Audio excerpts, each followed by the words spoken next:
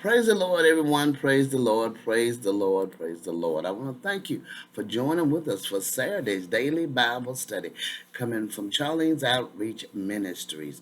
Amen. We have a wonderful and powerful lesson, the gift of living water. Amen. The water that Christ gave us. Amen. Coming from John 4, verses 7 through 24. We have a great lesson as we learn and remember what Christ has already done, that what he offered for us to over 200,000 years ago. Amen. It's a powerful and wonderful lesson. We're going to get ready and get started, but I want to ask if anything is said touches your heart, soul, or spirit, or you have any questions or comments, please feel free to jot them at the bottom of the screen below, and I will get to them as soon as possible.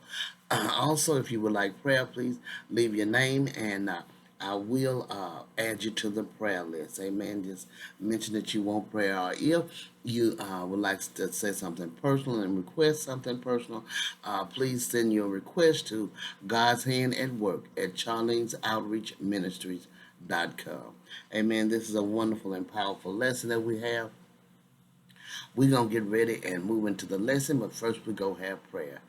Heavenly Father, we thank you, Lord. We thank you, Lord, for another day. We thank you for watching over us, guiding us, and strengthening us. We thank you for waking us up early this morning and touching us with a finger of love and your mercy being new each and every day to each of us. We thank you, Father, for strengthening us and building us up where we weak, Father. We thank you that you are so wonderful and that you are our counselor, Father. We thank you that you are God Almighty, and beside you there is none other. We thank you, Heavenly Father, that you are our everlasting Father and our Prince of Peace, Father. We thank you for strengthening us and showing us the way to go, Father. We thank you for all that you have done, is doing, and shall do in our life, Father. We give you the glory and the honor, and we bless your holy name. Lord, we thank you for strengthening us and showing us the way to go. Lord, we thank you for being with us as we come in and when we go out, Father. Lord, we thank you for watching us up and down the dangerous highway day and night, Father. We give you honor, glory, and praise, Father. Lord, we thank you at this time, Father, that you open our eyes that we see and our ears that we hear, and giving us wisdom, knowledge, and understanding from on high as we study and meditate on your word, being a more proficient doer of your word and not a hearer only, to keep reminding us of the things that we need to do and how we are to walk out your salvation that you have left for us, showing love to you for what you have done in each of our lives. We give you honor, glory, and praise in the name of Jesus. We thank you, Lord, as we study your word, that we do receive wisdom, knowledge, and understanding from on high, that our eyes may be open and our ears open that we hear. We thank you, Father, that we follow your true path of righteousness. In Jesus' name we pray. Amen. All right, we're going to get ready and get started with this wonderful lesson. The gift of living water comes from John 4, verses 7 through 24. And the scripture lesson takes read, There cometh a woman of Samaria to draw water. Jesus saith unto her, Give me to drink. For his disciples were gone away unto the city to buy meat. Then saith the woman of Samaria unto him, How is it that thou, being a Jew, askest drink of me, which am a woman of Samaria? For the Jews have no dealings with the Samaritans.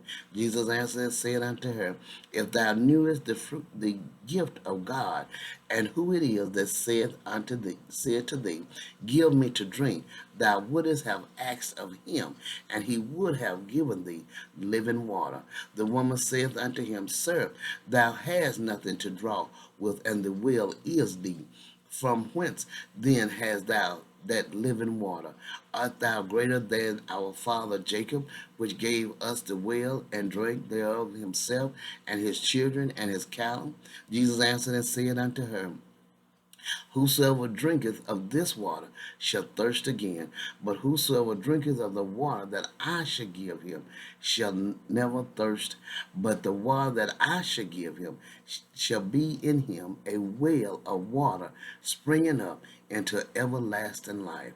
The woman saith unto him, Sir, give me this water that I thirst not, neither cometh come hither to draw. Jesus saith unto her, Go call thy husband, and come hither. The woman answered and said, I have no husband. Jesus said unto her, Thou hast well said, I have no husband, for thou hast had 5 husbands, and he whom thou now hast is not thy husband, and that saith thou truly. The woman saith unto him, Sir, I perceive that thou art a prophet. Our fathers worshipped in this mountain, and ye say that in Jerusalem is a place where men ought to worship. Jesus saith unto her, Woman, believe me, the hour cometh when ye shall neither in this mountain nor yet in Jerusalem worship the Father. Ye worship ye know not what. We know what we worship, for salvation is of the Jews. But the hour cometh, and now is, when the true worshipers shall worship the Father in spirit and in truth. For the Father seeketh such to worship him. God is a spirit, and they that worship him must worship him in spirit and in truth. Amen. This is just a wonderful, powerful, great lesson. There's so much bound up in here for us to study to bind up on and to learn from. Amen. To know that Jesus Christ is the living water that abides in each one of us, and that is the Holy Spirit that He left for us, for each one of us personally. Amen. That we may know how to walk out our salvation, to live the life that He left for us to live. And as we study and meditate on His Word, that we become more proficient in our walk with Him. Amen. Commentary says that there was a great hatred between the Samaritans and the Jews. Christ rode from Judea to Galilee. Christ rode from Judea to Galilee, lay through Samaria. We should not go into places of temptation, but when we needs must, and then must not dwell in them, but hasten through them. We have here our Lord Jesus under the common fatigue of travelers. Thus we see that he was truly a man. Toil came in with sin. Therefore Christ, having made himself a curse for us, submitted to it. Also he was a poor man, and went all his journeys on foot. Being wearied, he sat thus on the well. He had no couch to rest upon. He sat thus as people wearied with traveling sit. Surely we ought readily to submit to, be like the Son of God in such things as these. We are to, when we go into places that we shouldn't tarry in, then when we are there, we should speak the word of the Lord. We should show who child of God we are. Amen. As we talk with them and be with them and allow them to see Christ in us, and then to move on as Christ did. Christ asked a woman for water. She was surprised because he did not show the anger of his own nation against the Samaritans. Moderate men of all sides, men wondered at. Christ took the occasion to teach her divine things. He converted this woman by showing her ignorance and sinfulness and her need of a Savior. By this living water is meant the Spirit under the comparison. The blessing of the Messiah had been promised in the Old Testament. The grace of the Spirit and His comforts satisfy the thirsty soul, and that knows its own nature and necessity.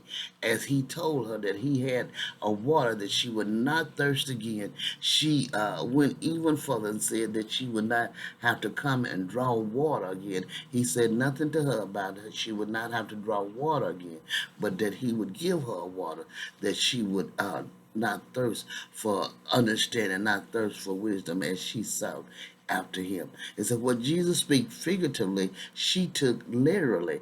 Christ shows that the water of Jacob's well yielded a very short satisfaction of whatever waters of comfort we drink. We shall thirst again. But whoever partakes of the Spirit of grace and the comforts of the gospel shall never want that which will abundantly satisfy his soul. Carnal hearts look on no higher than carnal ends. Give it me, saith he, not that I may have everlasting life, which Christ proposed, but that I come not hither to draw. The carnal mind is very ingenious in shifting off convictions and keeping them from fasting. But how closely our God Jesus bring home the conviction to her conscience. He severely reproved her present state of life. The woman acknowledged Christ to be a prophet. The power of his word in searching the heart, the convincing the conscience of secret things is a proof of divine authority. It should cool our conscience to think that that the things we are striving about are passing away. The object of worship will continue still the same. God as a father, but an end shall be put to all differences about the place of worship. Reason teaches us to consult decency and convenience in the place of our worship, but religion gives no preference to one place above another. In respect of holiness and approval with God, the Jews were certainly in the right. Those who by the scriptures have obtained some knowledge of God, now know whom they worship. The word of salvation was of the Jews. It came to other nations through them. Christ justly purified the Jewish worship before the Samaritans. Yet there he speaks of the former as soon to be done away. God was about to be revealed as the Father of all believers in every nation. The spirit of the soul of man, as influenced by the Holy Spirit, must worship God and have communion with him, and it must worship him in spirit and in truth. Spiritual affections as shown in fervent prayers, supplication, and thanksgiving from the worship of an upright heart in which God delights and is glorified. Amen, amen. This is such a powerful and wonderful lesson that we know that we must worship God in spirit and in truth. Amen. I pray you meditate on this wonderful and powerful lesson and have a great and blessed day. God bless you.